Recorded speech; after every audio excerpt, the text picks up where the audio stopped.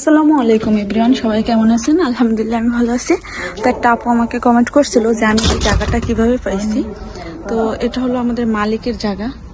এই যে এটা হলো আমাদের মালিকের মায়ের বাড়ি, মালিকের ছেলের বাড়ি। আর এখান থেকে ওই যে কালো বিল্ডিংটা, ওটা হলো আমাদের মালিকের বাড়ি, আর উনি হলো মালিকের মা। এটা হলো আমাদের কোম্পানি, আর এখান থেকে এটা পুরাটাই আমাদের মালিকের জায়গা।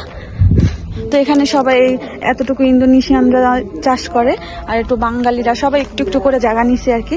তো এইভাবে এই যে মাটিগুলাও এখানে যে আপনাদের গাছ, যেখান থেকে গাছ কিনতে পারবেন ওইখানে মাটিও বিক্রি করে, সারও বিক্রি করে, আর এরকম অনেক গাছই বিক্রি করে ওনারা।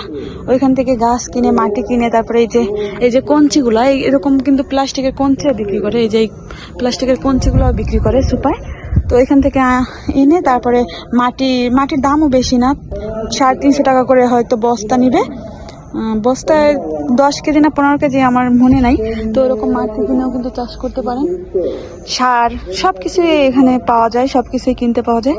তো আপনি আপনার মালিকের সাথে, আপনি যেখানে আসেন, জানি না বাংলাদেশে না জাপানে, যদি জাপানে হয় তাহলে আপনি আপনার মালিককে বলে তারপরে চাষ করতে পারবেন, ওনারা দিবে। কারণ এটা জাপানিজরা অনেক পছন্দ করে, ওরাও এইভাবে অনেক চাষ করে, ওরা অনেক সময় দেয় এই ক্ষেতের পিছে।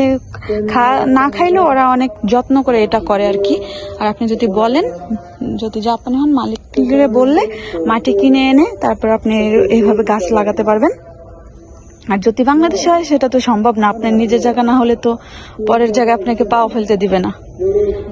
তো এতটুকুই আপু, আপনি যদি আমার এই ভিডিওটা থেকে আপনার কিছু করতে পারেন, এটা থেকে আইডিয়া নিয়ে অবশ্যই কমেন্ট করে জানাবেন।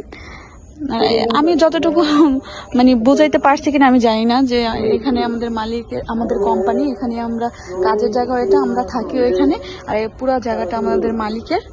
আর মালিকের এই জায়গাটাই ফাঁকা পড়েছিল, তো এখানে বাঙালিরা আমরা চাষ করতাম। তো ইন্দোনেশিয়ানরা বলছে যে ওরাও চাষ করবে, যে তো ইন্দোনেশিয়াও আছে কয়েকজন, তো ওদেরকে অল্প একটু জায়গা দেওয়া হয়েছে, আমাদের জায়গাটাই একটু বেশি।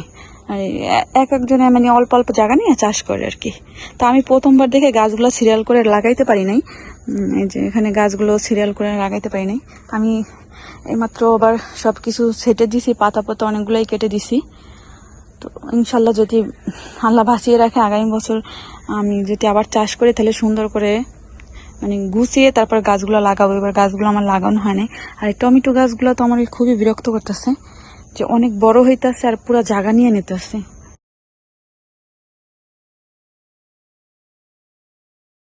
এই কল, এটা দিয়ে আমরা গাছে পানি দিই, যে পাইপ, এটা আমাদের মালিকই আমাদেরকে দিয়েছে। যার গাছ থেকে আমি পুঁইশাকের চিকন চিকন ডালগুলো কেটে দিছি। আর বেগুন ছিল একটা, বেগুনটা কেমন হয়ে গেছে আমি দেখিনি। আমাদের মালিকের মা এসে বলল যে তোর এই বেগুন গাছ কার? আমি বললাম আমার। বলে কি তুই এটা ছিঁড়ে নেই, শুকিয়ে গেছে, মানে কি বলে, হ্যাঁ শুকিয়ে যাইতেছিল।